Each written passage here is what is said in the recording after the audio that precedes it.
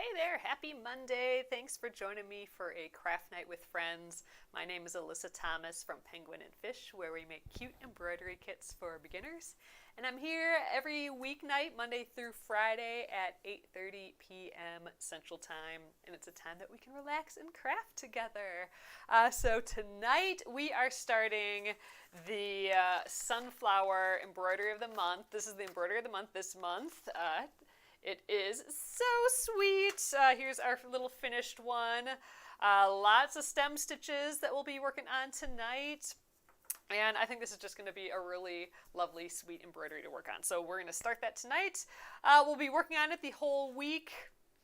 It may need to go a day or two over, too. I think this one's going to take a little longer than usual. But all right, let's get going. All right, here we are, everyone. I'm going to scooch you all in. Give me a moment here and scooch you guys down. And all right, there we are. So here is our new embroidery for this month. And we're going to get it started. So here's the kit. Let's flip it around and we're going to open it up. So this is what our kits look like. You can kind of see all the supplies in there. And the front cover actually comes out. And that front cover is what has all the instructions on. So there's our box. I know some people have used this as a project tray afterwards, which I think is a great idea. Okay, so we got our hoop, we got our floss here, a little ribbon to decorate our piece when we're done, and I have my little project tray here, my little white strawberry. I think we have one more of these white strawberries left, but they're so sweet, I love them. And, there's a needle that's in here, but I also have my little sunflower needle minder with some extra needles on, because I don't really need those. And then we have our little making our embroidery little booklet. And then here, this is the back of the cover. So the cover comes out and it's actually, you can like cut this out. It's kind of like a fun little postcardy art print almost. And all right, so here's our instructions. We got 4 different stitches. Back stitch, single chain stitch. That's all the little seeds in the center there. Then a stem stitch and a French knot. I think the French knot is just for his little eye, but all of the yellow, all of the petals are the stem stitch, and I think that's kind of where I want to start tonight. So here's the finished one. This is the one we photographed for the front cover here. So I'm hoping it ends up looking a whole lot like this. So for me, I'm gonna leave this nearby just so I can look at the stitches and colors and that sort of thing, even though really it looks like we'll just be using that yellow. So when I stitched this the first time, I played thread chicken quite a bit with that yellow, and I ended up being able to stitch the whole thing with one skein of yellow, but just barely. I had like inches left over. So there's 2 in the kits, just because I don't want you to worry about having enough.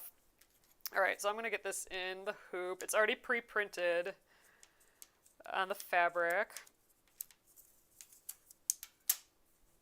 So I think it is going to be a stem stitch day. Ooh, so let me know if any of you came to our live or popped into our live on Saturday. I'm going to recenter that. I think I was live for 5 hours, which is crazy. But, ooh, let me show you. It'll be a little, but I'll show you bigger at the end. So we finished, oh my gosh, it's super big on here, but we finished the rug hooking part, or the needle punch part of our little tulip flowers. I gotta work on now. I have to work on like moving every single little piece of this outline, especially down in here where the outlines kind of blend in with each other. I have to like kind of move, the light green to one side and the dark green to the other, and trim any like long loops and that sort of thing. Like already I just moved those and all of a sudden you can see that outline. So I just have to do that. It's a putsy part of the process, but that's how it goes. So I just have to go around and do that. But I glued the back, so the black, oh, Christy was here on Saturday. So the back is already glued, so we use that PVA glue, which is kind of like an Elmer's, and it was all covered in white. It totally dried clear. It still seems pretty flexible, which is, I don't know, fine. But yeah, so we're actually ready. I'm ready to like cut off, like take this out of the hoop and then cut the edge off, and then we'll fold over the edge and glue it down. So I don't know, I might, I want to do that sooner than later because it's just so close to being done. I'm not quite sure how to mount it. Oh, Robin was here. That's awesome.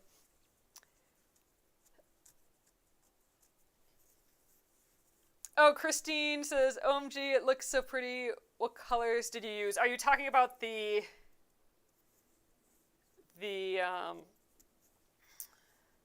tulips? For the tulips, I just used yarn that I literally just had in my house. Oh man, I just got a little fold in there. I keep not paying attention while I'm reading comments while I'm trying to put this in my hoop, which is making me not able to put this in my hoop. There we are, though. But yeah, I'm also making, I've left that yarn out, and I'm making like a little blanket out of, I think, the leftovers. I'm just in like I'm in the full mode of going through all my stuff and like slow motion finishing projects and stuff.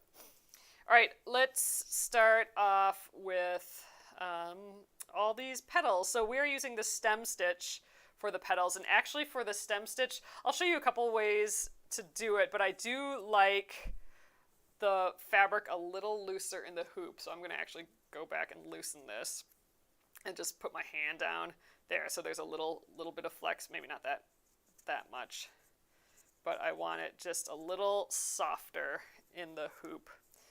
I find that a little bit easier for the stem stitch, but I'll show you two different ways that we can do it. All right, let's grab some thread. Let's just check the design. Okay, it says use 3 strands of floss, so that's what we'll do. Oh, thanks so much, Pam. I appreciate that.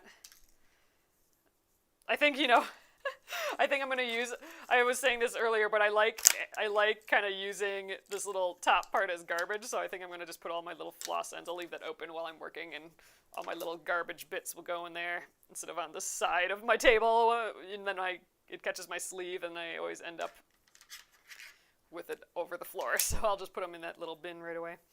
All right, so I'm going to get my about 24 inches of thread here. Got my yellow scissors to match it today. All right, so let's get our 3 strands. Oh, Patty was here on Saturday too. Yeah, that was fun. I like doing those Saturday stitch-alongs, or Saturday like marathons every once in a while. And sometimes I just want to like push through something and get something done, with longer than just an hour session like our usual session. So that was just fun to get that going. Oh my gosh, you guys, and then I redid my nails. And I am telling you, so I said that it took like 5 hours to do the live. It freaking literally took about that long to do my nails. It's ridiculous. So I needed to improve my system for sure. This is only the second time I've ever done those dip nails. So it was my first time taking them off.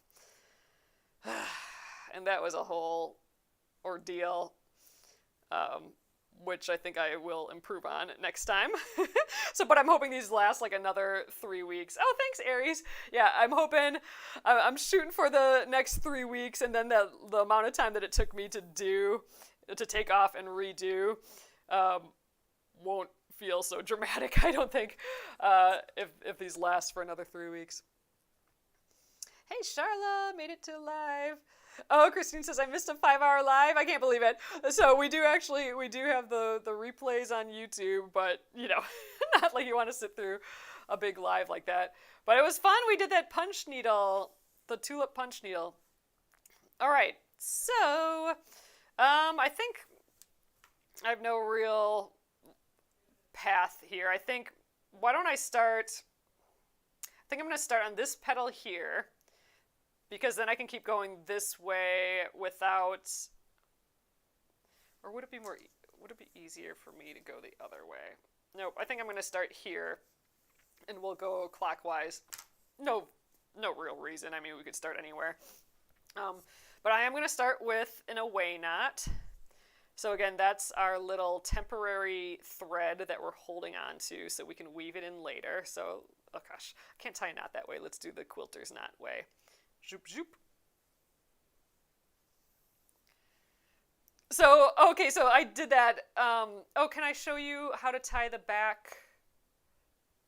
How to tie the back when you first start with the embroidery? Yep, so we're going to be doing that right now with the little away knot. The radical unconditional love. Use the with the hot water in the bag. So I did that with my first hand, and it still took ages for it to come off, but I had pretty dang thick nails too. I think I had it like way thicker than I should. They're much thinner this time. So they look maybe a little bit more natural. Here, let me do this first here. So I'm going to start right here, right at the beginning of this petal. And so my little reserve thread, I'm going to actually go from the front to the back about 4 inches away from there and not in the realm of where I'm stitching. So, I'm going to go like right here from the front to the back. And then I'm going to come up right at the beginning of that line, which will be the start of my first stitch. And that little thread there, that is what I'm going to reserve. We're basically reserving this thread later to weave in when we're done. Typically, I like weaving in the backs of stitches that already exist, but since we don't have any stitches yet, I need to reserve that little bit for later. It's a little extra step. It's, more thread than just tying a knot to start, but I love it. I don't like having knots on the back because it's just, my thread always catches on it. So here's the back of the first one that I did. It ends up being nice and clean when you don't have the knots on there. There's nothing for any of your threads to catch on. There's no little itty-bitty thread tufts or anything. So I just find it nice to have my threads not catch on something. All right, so I'm going to do a stem stitch. And I find that the stem stitch is easier to do with the sewing method of embroidery. And the sewing method is when you go in and out in the same motion. So zoop zoop before pulling it through, versus like stabbing it and bring it all the way through and then coming up and bringing it all the way through. That's the stabbing method. So for the sewing method, it's a little easier to be a little more loose in the hoop. And for the stem stitch, I always like doing the stem stitch. I always like holding my thread in the direction of the arc. So this arc is going kind of upwards like that. So I want my thread upwards. For this other one, like if I was starting here, I would have it underneath. But I'm going to have it start upwards because that's kind of where our arc is going, like an upwards arc, upwards thread. So I'm going to make a kind of a rather large stitch. I'm going to be, I don't know, not quite a half inch, but a little less than that. So basically about twice as big as what I want for my stitch. And I usually go like around an 1/8 inch stitch or so. So I'm going in here. This is arced upwards. I'm going to go down on the line, and I'm going to try and come back up. Sometimes it's nice to have your thumb pushed on the fabric. And I'm going to come up on the line, but halfway back. So I'm halfway. I'm going to try and do this a little closer, but I don't have a stand. But here I want to show you just a little closer. So the arc is upwards, so my thread is arced upwards. I'm going to go about 2 stitches away, go down on the line, and I'm going to come right back up on the line. And I'm going to just pull my thread through, but I want to keep this thread upward, so my needle, everything else is underneath this upward arc, if that makes sense. So then I'm going to pull straight through. And then I can let go of that arc. So we'll have like one long stitch with the thread underneath. So let's make another one. So I'm going to move my threads like downward facing now, but I want to keep that upward arc. So I'm going to put it back up, just hold it in place there, That's my upward thread from my upward arc. Let's go another, from where this thread is coming out, like 2 stitches away, so like right here. And then we're going to come back up like where that last stitch ended there. So it's like halfway in between the thread coming out and our first hole there. And I'm going to put the needle through again. It's underneath that arc. And we can just pull that thread down again. So it's a little hard to see with the yellow. So I'm going to just get real close up. But you'll have like these diagonal stitches that are kind of next to each other for this. So let's see if I can stay really close up like this for this stitch. So I'm going to pull the thread up. Again, because I have an upward arc, so I want my thread up. We're going to go, you know, it's about a stitch length to that last hole, so I'm going to go another bit, so it's like that double width, and then I'm going to go down and up in the same motion. I'm coming up at the end of that last stitch. I'm still underneath my thread here. And then we can pull. See, so we always have that upward arc that we're staying underneath. So I got to bring it back up. In and out.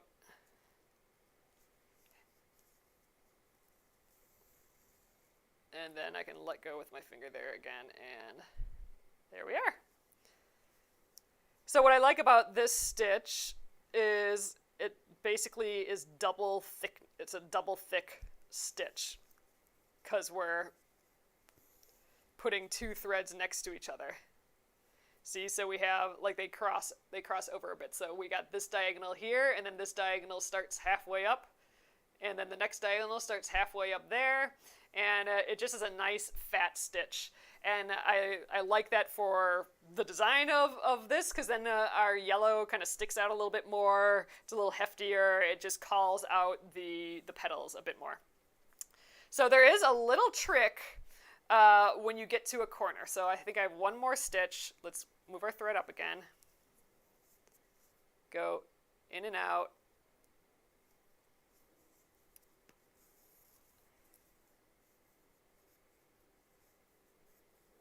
Okay, and our last stitch, I'm just going to go right to the end. So our last stitch is just going to be that one diagonal. You could add that a second little half stitch, but I just kind of like going to the end. So we've reached the end here. So theoretically, now I'm going to turn it and I'm going to start this row back. But we got a little problem, right? If I start at the beginning of the row, that's the same hole that I ended the last stitch in, right? So I'm just going to pull that stitch out. So this is what you do for a stem stitch at the end of the row, or like if you want to turn a corner or something like what I did. So my last stitch, I'm going to come to the back and I'm going to just go under the last back of the stitch with my needle. And there, now I can start in that same spot, that same exact hole, and now I won't pull out that stitch because I've wrapped it around a stitch in the back. So that's going to be, we're going to do that every single time we get to these points in this piece, and that's going to save you a huge headache because otherwise you'll just keep pulling out this stitch, or it'll only be held by like one tiny little thread. Oh, you can't really see KJ. I might try and, you know what, I might try and lower all this tonight because I know we're really, give me a sec here. It's a light color thread, this yellow, and we're getting pretty detailed with the stitch. So let's just give me a sec here. Okay, so I think now I can get a little bit closer. Okay. Thanks for bearing with me. So, all right, this is where we're at. So we're going to do the stem stitch on the way back here. So I'm just going to rotate, just because I like going left to right with my stem stitch. So now we have another upward arc. So this way it was an underneath arc, And, you know, if we were stitching this direction, then I would have it be like an underneath arc. But when I rotate it, because I like going left to right, now it becomes an over arc. So I'm going to keep my thread up top again. And our first stitch, we're going the two stitches lengths away, in, and then out, about halfway, staying underneath that arc. There we go. Now we put it up again. I like holding it in place with my thumb. Go another big stitch length away, come up halfway, which is about where our last stitch ended. And there we go. Bring it up again, and then we just keep going. So again, I'm using the sewing method where I go in and out in the same motion, but you can actually do it with the stabbing method too. It took me forever to learn this though, because I always used the stabbing method and it was so difficult, and I'll show you why.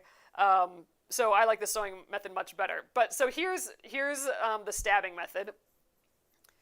You still want this upward, and then you can actually come all the way down.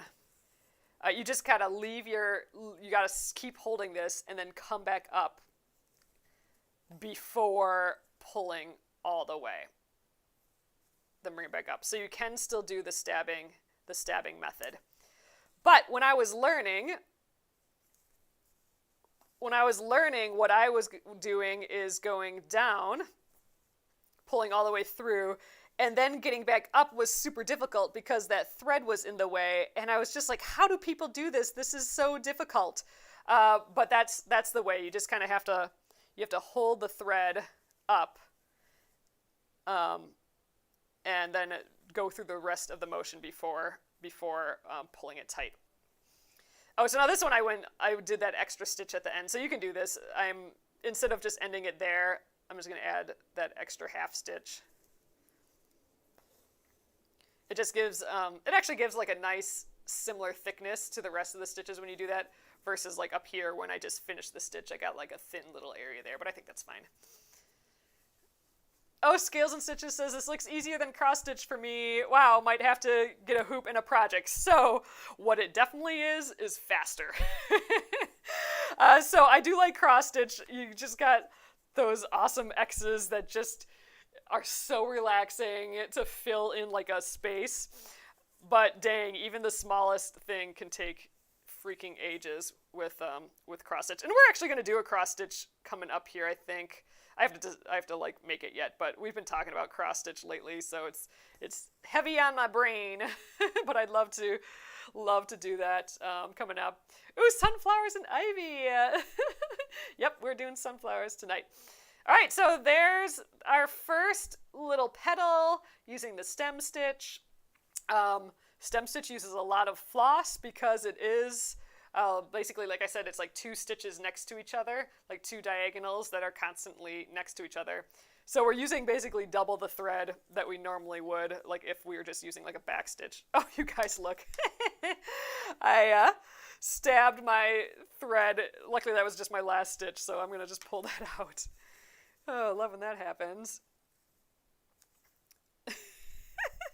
It's really annoying when you've done tons of stitches. Sometimes I've done a ton of stitches. Sometimes I'll just cut around it and leave that little piece there and be like, oh well. But let's take care of that now. I'm glad I caught that now. Annoying. But yeah, so we'll go around, and this is going to take a while because there are a ton of petals on here. So I'm thinking we'll be doing these petals all night. Well, all night, I mean like for the next hour. I'm here for an hour in the evenings. They're coming up at the beginning of the next petal. And you know what? I think we'll keep going the sewing method. I do like that. So again, for the sewing method, it works where you go in and out. It works in the same motion. It works a little easier if your fabric's a little more loose. Just be careful not to pull too tight. You don't want it to pucker or anything. All right. So I have an upward arc again, so my thread is up. I'm going to go like the two stitches away, go in and out. The out is the halfway point. And there we are. I'm going to try and get closer again for you guys. So that's our first stitch. So now we got to lift our thread up again because we want to mimic that upward arc. In and out where our last stitch ended. Pull through right away. There we are. Then we can lift it up again. I think I can get like 2 more in here. So in and out. Our stitches are still like double the length, but we have that halfway point with that the stitch from the previous stitch. All right, lift up. And then I think I'll just end. Well, you can either end with the 1 stitch, or you can do a half stitch. So the half stitch would look like you go in and out like you're making a normal stitch, and then you just go to that same end point. There. So that works too. Do you print your own project or get them already printed? So these are our patterns. These are our kits, and I print them right to the fabric, or we get them printed right to the fabric. All right. Yeah, so it's just, I mean, some of our kits have iron-ons with them, and then you can iron it on directly, but we just redesigned our kits, so all our newer kits are pre-printed, so then you can just, like, get one and then take it in the car right away, or you'll have everything. The only thing you need yet is just a scissors. I mean, you can use any scissors, though, any way to cut thread. We have cute scissors, but you don't need a normal embroidery scissors. You can use whatever scissors you have going on. All right, so now we have that corner, and remember, I can't just start this next row, because if I come out at the beginning, that's where our last stitch ended, so I'll be like taking out that stitch. So we have to go around to the back again, and I'm going to swoop under this second stitch this time, because now our stitch is being held, and we can just come to the front again, and I can start my next row right at the beginning without it coming out, because we've wrapped it around another stitch there, if that makes sense. Okay, Denise is asking, why do you pull the waist thread away from everything? I put mine under what I'm going to go sew to tack it. Oh, you can do that as well. So I think Denise is asking, why do I have my away knot, my waist knot? An away knot is a type of waist knot. So basically what I'm doing is reserving the thread for later. Denise is asking, this is another way to do it. Denise is asking, why don't I just put it, I think this is what you're asking, why don't I just put it in the path of what I'm going to stitch? Like if I did the away knot like right here, then as I stitch, I'd be going over it, and therefore kind of like weaving it in on accident almost, because I'd be stitching right over it. That is totally valid. The reason I do it away is so I can do the opposite, like not have any of my stitches interact with it, because I like the control of being able to weave in my stitches when I'm done. I like weaving it in back and forth 3 times, and I can guarantee doing that when I'm doing it myself, basically. And then it's just one less thing to worry about to make sure that I'm stitching over all the stitches to start. I don't know if that makes sense, but both work. Both are totally valid. For me, it's that back and forth 3 times that kind of locks it in. So doing it just over the stitches once kind of makes me a little nervous. But I suppose I could go back and forth afterwards too. Yeah, I guess it's just personal preference.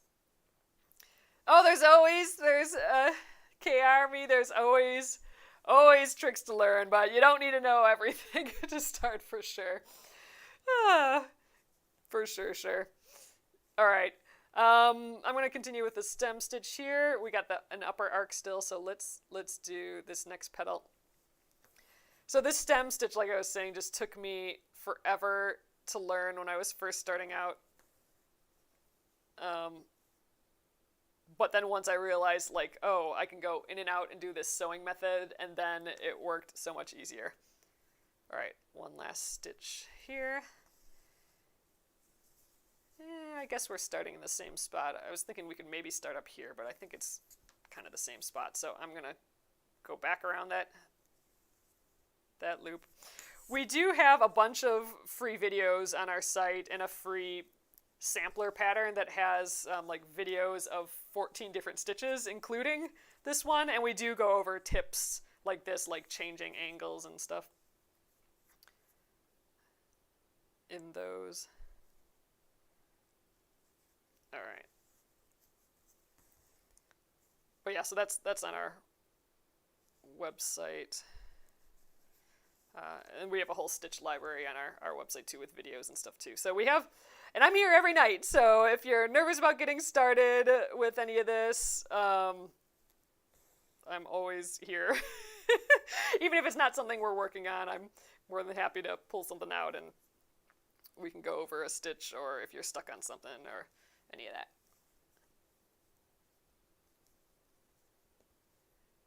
Oh, Amy's saying, I think Denise's method where we just go over the stitches at the beginning is fine for cross stitch because it gets hung on a wall.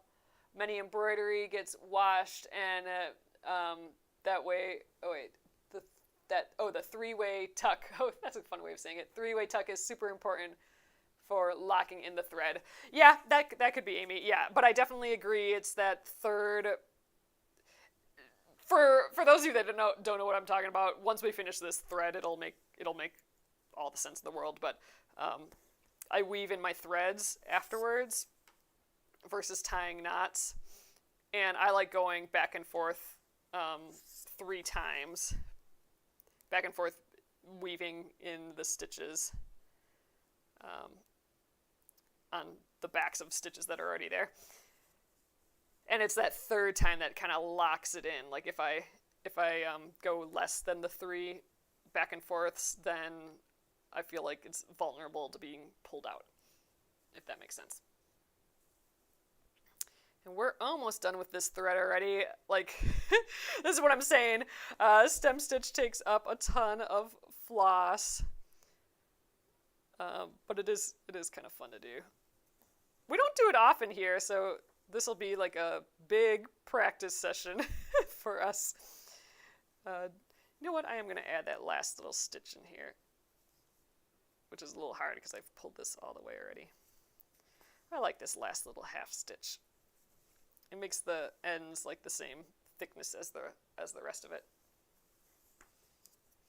Okay, Jeremy says, I bought a small project at Walmart but haven't started it. I may start tomorrow. I'm here every evening at 8:30 p.m. Central Time, so if you have any questions on it, feel free to ask for sure. All right, I think I'm going to just jump. Ooh, now this is interesting. I could start here and go down and up, and then let's do that because then I can show you the other, like a little something different. Because I can go down and up, and then I'm closer to this starting point, and then I can go this way again. Ooh, we might not have enough thread for that, but we're gonna start here this time. I'll show you something a little different. So now I'm gonna do this line right here, but now look, we have a downward arc, right? Because usually I was doing like this upper arc first, but since I started up here instead of down here, I now have a downward arc. So the process is going to be the exact same, but instead of having my thread upward to mimic the upper arc, I'm going to have my thread downward to mimic the downward arc. And what that will do is just it'll hold the thread better in this arc. It won't have like eyelashing sort of look. All right, so it's a downward arc, so I'm going to have my thread downward. Same thing everywhere else though.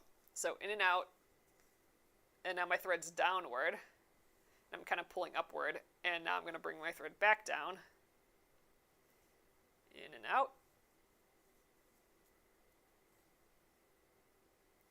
Keeping it down.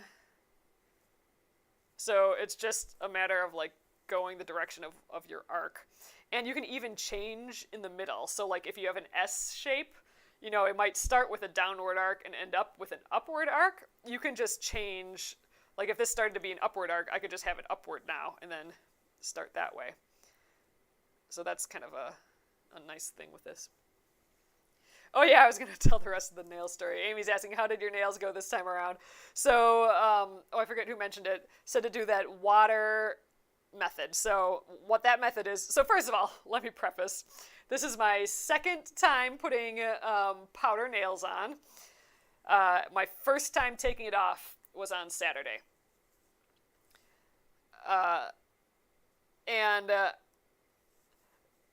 The taking it off with this type of nail took forever. So I did do I'm going to have to pause the story again just to show you guys this finishing it. But I did try that way in the water, and I think that's how I'll do it next time as well. I'm going to end this here because I have not that much thread left. So here's my thread. I don't have that much left to make stitches, so I'm going to weave in. This is what I mean by weaving in.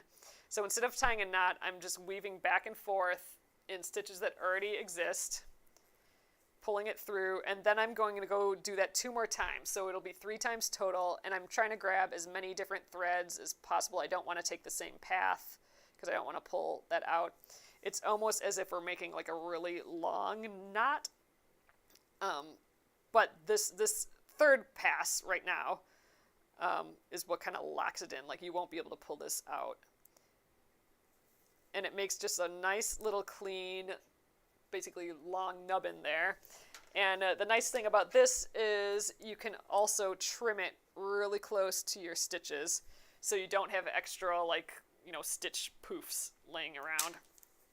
So that's what it looks like with the woven in stitches. I really like this method. I think it keeps the back nice and clean. All right, and then we can go back to our away knot that we started at the beginning. And remember, I'm going to just snip that off. Remember, this was to reserve a piece of thread. So now we can weave in that thread the same way we just did here, because now we have stitches. We didn't have stitches at the beginning to weave into, and now we do. Shirley's asking, is the back supposed to look like back stitches? I'm not doing something right. Mine looks terrible. So it depends. So mine look like back stitches. It depends where you come in and out of.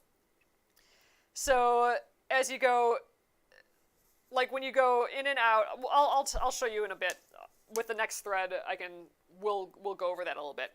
So I've been going in and out, and when I come out, I've been coming out at the end of the last stitch. You can actually change that up. And it can look different, and it can look different on purpose. So I've seen some pieces that are done in stem stitch that they've totally changed the look of the whole stitch by where they came in and out of. It's pretty incredible, like, to have that control over that. It's something I should look that up again, see if I can find that design where someone did that. And it was just so beautiful, and it was just all stem stitch, but there it was thick and thin lines, and it was so artistic and pretty. The way I've been doing it, it does look like a back stitch, but I'll show you. Maybe you're doing something like this, which I'm sure will be totally okay as well. Let me get a new piece of thread, and then we can go over a little bit of that with this next little dude here. Okay, let's get my thread.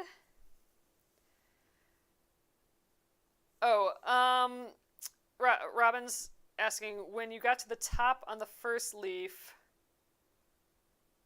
what did you do with the thread in the half? I'm not quite sure I know what you're asking. You mean that last little stitch that I did? Or you mean like how did I switch directions? I'm not quite sure. Oops, shoot. I literally wasn't paying attention while I was threading the needle. I just kind of grabbed. There we go. Okay, let's weave. We'll start down here. Oh yeah, that was the plan. So I'll weave in the backs of these stitches, and then we'll start right here and go up this way. And surely I'll go over I think, what you might be wondering about with like what it should look like on the back. I'll do a little bit of a variety here. Ooh, got some edge.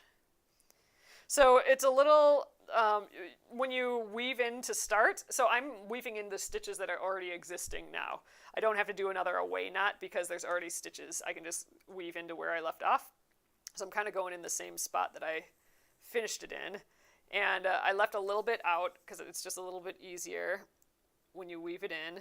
You can try getting it right nice and flush, but then when I do that, I always accidentally pull it all the way out. But there we go.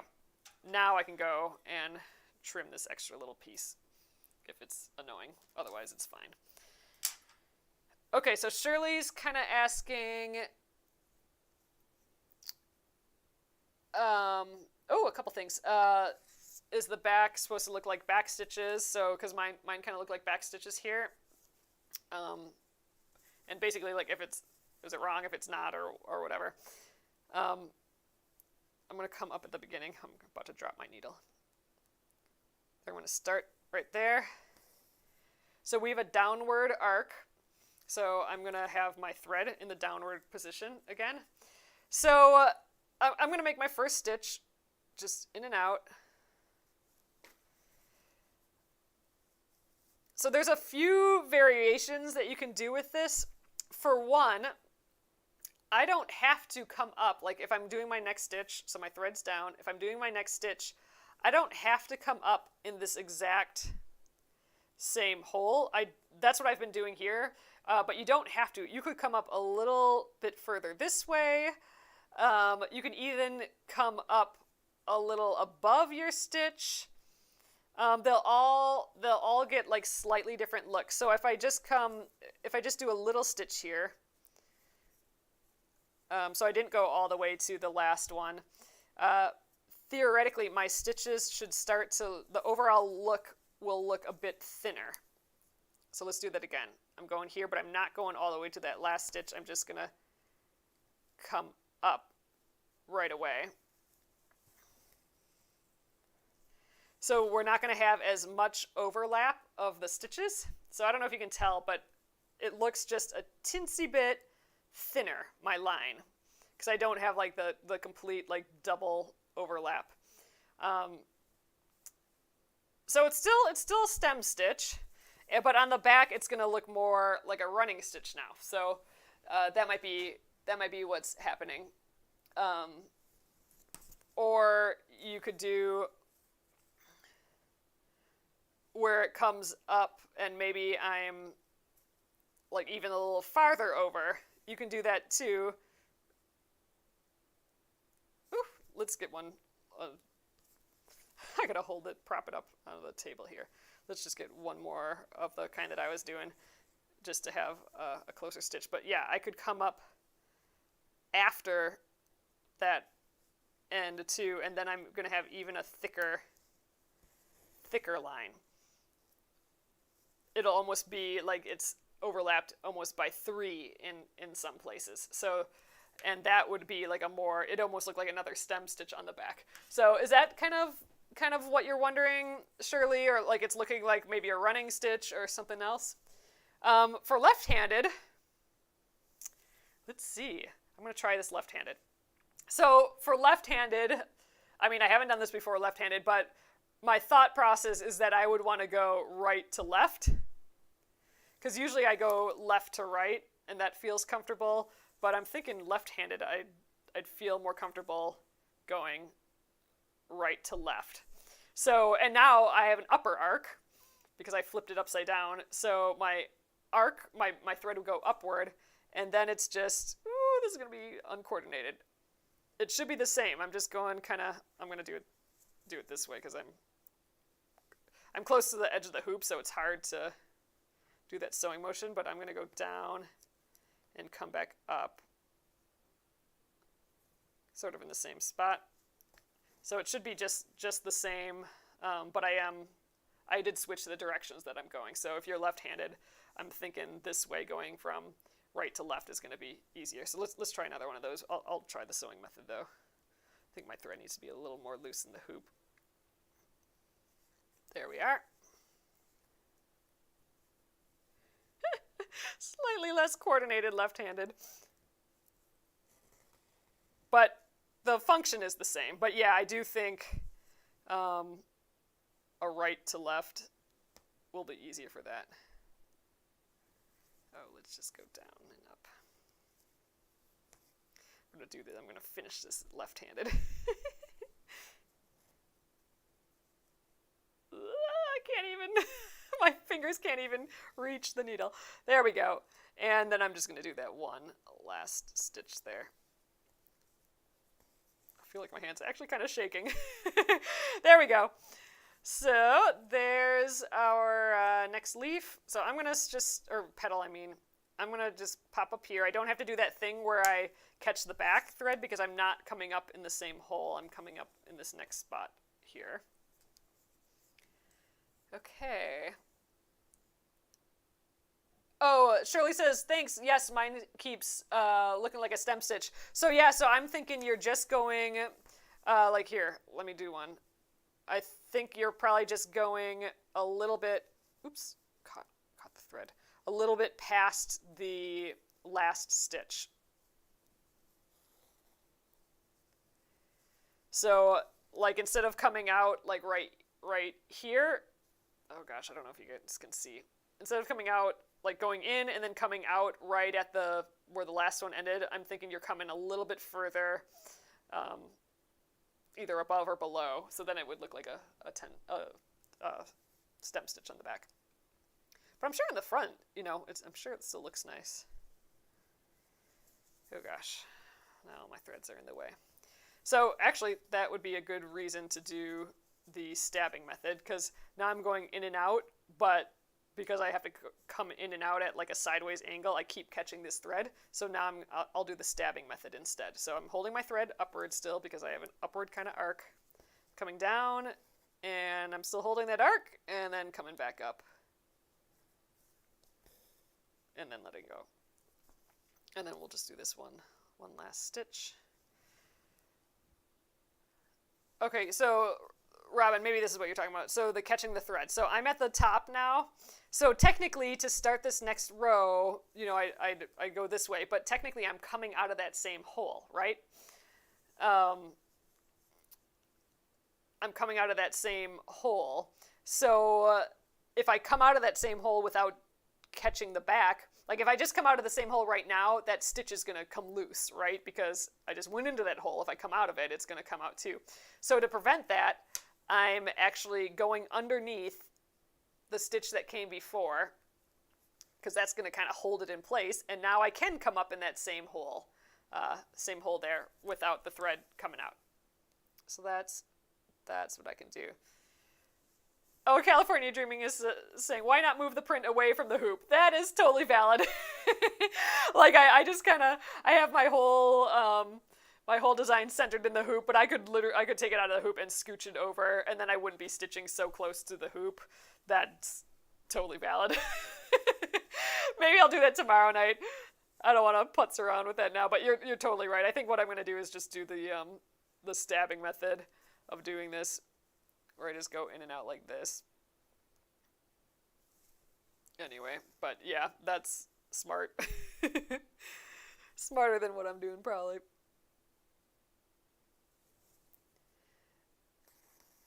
All right, and there we go. And I think, where to go next? Do I have a lot of thread left? Yeah, okay, so I think I'm going to jump all the way down here, even though we're closer to up here, but if I go up and down, then I can just jump to the next petal here. Whereas if I started here, I'd go down and up, and then I'd have to jump to the next petal here, and I don't really want to see that thread jump from petal to petal. But if it's down here and I'm jumping from petal to petal, that's going to be covered up by all these other stitches that are nearby, I think. So I'm going to actually jump down here, and that jump is going to kind of go along this path anyway. So I'm thinking I will be able to grab a few of those stitches along the way, and we'll be fine. So that's my thought on where to go next. Okay, maybe not. Well, you know what? I'm kind of digging the stabbing method of doing it. I'm just going to stick with that for a little bit. All right. So, still talking about the nails. So I did try the method of taking off my the dip powder nails. I tried doing that with the you put acetone in like a plastic bag, like a sandwich bag, and then you have a bowl of hot water, and then you put your hands in the sandwich bag and the sandwich bag into the hot water. So you're basically taking your nail polish off in like heated acetone, I guess. And then you have like a cotton ball or something in there too, and you keep rubbing it off. So that took me forever. Like it took at least a half hour, maybe a little bit more. And I did it one hand at a time. Well, I actually only did it with one hand, and then it was hard to, you still have to like agitate your fingers and stuff. It was hard for me to get like my pinky and stuff. So then I tried it with the second hand just because I'm running an experiment. With my second hand, I did it the, like, I guess, old-fashioned way, where you dip a cotton whatever in acetone, and then you put it on your nail, and then you like either put tinfoil around, but I had those little clamps because it came with the kit, so put the little clamps on, and then you just let it sit there forever. That full-on took way longer. That took like ages and ages and ages, and was not fun, and I had to kind of like scrape them off here and there, and that just didn't work. So even though the water way of doing it, 100% a zillion times faster. However, it was quite a bit longer than I was expecting. But I have high hopes for next time. First of all, my nails aren't as thick, I don't think, as last time. So last time was my first time. This is my second time doing it. So I think that it was pretty dang thick last time. So it was just going to take longer anyway. And I think next time when I do it, I'm going to do it with the water, because that other way was like crazy town. That just lasted forever. Oh, I could do the Dremel tool things, so I haven't graduated to that yet. But I think I'll do the. I want to try at least one more time the water and acetone way of doing it. I did see online to put like some coconut oil in there too, so your nails don't get super dried out and your hands don't get super dried out. I think that worked really well. Like I don't feel like it didn't look like I had super dry hands or anything, and they didn't hurt or anything afterwards because of dryness. So I think that was a good deal. But maybe that made the acetone less effective. I don't know. But I think the trick that I'm going to do differently is I'm going to do both hands at the same time, because then I can be I can be agitating it more with the like cotton ball and stuff within the acetone within the hot water. So I think that's going to be a huge improvement, because like I said, it was hard for me to get to like rub with just my one hand in there. So the water way was definitely faster, although still annoying and a lot slower than what YouTube promised me. But like I said, I think I can improve it. First of all, with my nails being thinner, and the two-handed agitation, I guess. The other thing, like this time I have some glops of the top coat, because my top coat brush got a little hard as I went, so I'm like, that's not right. So I got to put the top coat brush in that cleaner that came with it, and so I got some extra little goopy globs, but it's kind of hard to see.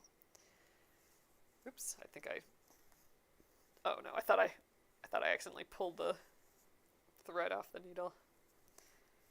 My stitches are getting a bit smaller when I'm doing it this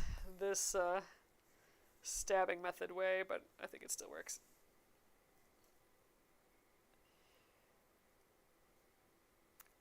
Oh, K. Army said, I do have a question about nails. Is there something for thin or brittle nails have to be clear. I have no idea. I am new to the nail game outside of just the normal like drugstore lacquer, basically, that I've been using. I haven't done gels before, and this is that dip nail, which I think is like a type of acrylic. Oh, thank you. So this is color number 2, but it did last 3 weeks, and that's like by far a huge benefit for me, who has like close-up camera nails every day. I had to just redo my nails like so much that way. So it's still a win, even though it took me ages and ages to take it off and then redo.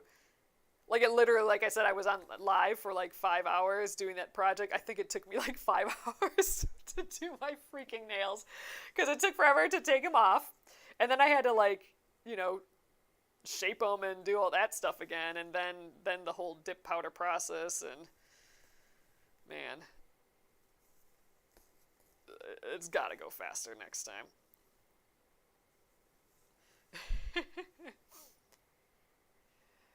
Oh, California, Dreamin' is saying biotin, if you take it for poor nails. Oh, that's good to know. So, I was pleased to see that my nails seemed fine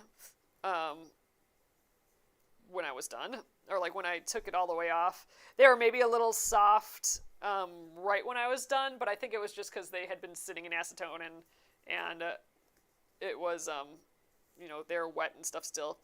But after I let them like kind of dry, I didn't do any like nail filing or anything until they were completely dry. I heard someone online say like 20 minutes or something, so I think I might have just ate food or something then. I think this is gonna be my last stitch. I gotta weave in this end. Didn't quite make it all the way there. But after that, nothing seemed abnormal. Like they didn't, I don't know, nothing seemed noticeably weaker or anything. And that's something I'm definitely going to keep an eye on if I do this, if I keep doing this. So, maybe I'll, I did it again right after here, but maybe I'll switch it up and do lacquer sometimes, or like for a week before doing it again. I don't know.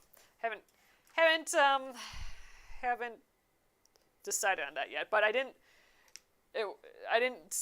feel like they were in bad shape or anything. So far so good, I guess. Hey, we're cooking. Oh my gosh, you guys, it's 9:30. How did that happen? Oh, JW says, be careful soaking fingers in acetone. It gets right through the skin. Ooh, and cause liver and brain damage. Okay, well, that's a problem. I did cover my hands in oil beforehand. I don't know if that does anything. Someone mentioned on YouTube to cover your hands in oil to like resist it a little bit. And I put oil in the acetone, but yeah, I don't like that. But I mean, if I'm only doing it 3 times or once every 3 weeks versus every other day, I mean, I guess it's probably about equal. All right, I think we're going to call it there for the night. Like I said, I'm here typically for an hour. And so I guess this is how much is going to get done in an hour. So like I said, we might be going more than just this week on this project. I'm thinking we're going to need at least 2 extra days. So let's just think. I mean, I did set up a little bit. So let's pretend we can get this much done in a day. So let's call that Tuesday, Wednesday, Thursday. So it might take us to the end of Thursday, or maybe even a little more, just to finish these stem stitches. And you know what? Maybe we'll not do the stem stitches the entire way only. So maybe, so we did stem stitches today. Maybe tomorrow we do the back stitch. Maybe tomorrow we stitch our little bird, which will be back stitch. And then maybe Wednesday we do these single chain stitches. And like when we do the bird, we'll do his little French knot eye too, because then we can be doing all the stitches like early in the week here, and then at the end of the week, and then a little bit next week probably we can finish it all up. So I think that's a good plan. So all right, tomorrow is going to be the little birdie, which is a back stitch, and in this bright pretty blue, and a French knot. And then Wednesday we will start on these sunflower seeds, which are going to be 2 different color browns, and those I have a feeling might take a little longer than an hour or two. This is a pretty dense piece, this embroidery of the month. So here's again what it's going to look like finished. Here's our sample piece. Ugh, it's just so bright and sweet, and this text, even just the text is going to take a bit of time to stitch. So dang, we might actually be working on this quite a bit next week too. Typically these usually take about the whole week, but this one, it is a little bit more into it, so this one will take a little bit longer. So all right, you guys, so thank you guys again for hopping in here tonight. I will be back here at 8:30 p.m. Central Time tomorrow and every day through Friday, here for about an hour. And, I don't know, maybe I'll pop in Saturday again. It was fun to do that long marathon Saturday. We'll see. All right, I'm just checking the comments quick here. Oh, didn't even realize the time. Oh, I'm glad you were able to pop in, though, Denise. Yeah, I know, the time just flew by, and I think maybe just because we got a little bit done. I don't know, it's a good chunk done. That stem stitch does take some time. And man, we are going to suck up this yellow floss real quick too, which is fine too. That's what it's there for. So, all right, you guys, thank you again, and I will see you tomorrow at 8:30 p.m. Central. See you later. Good night.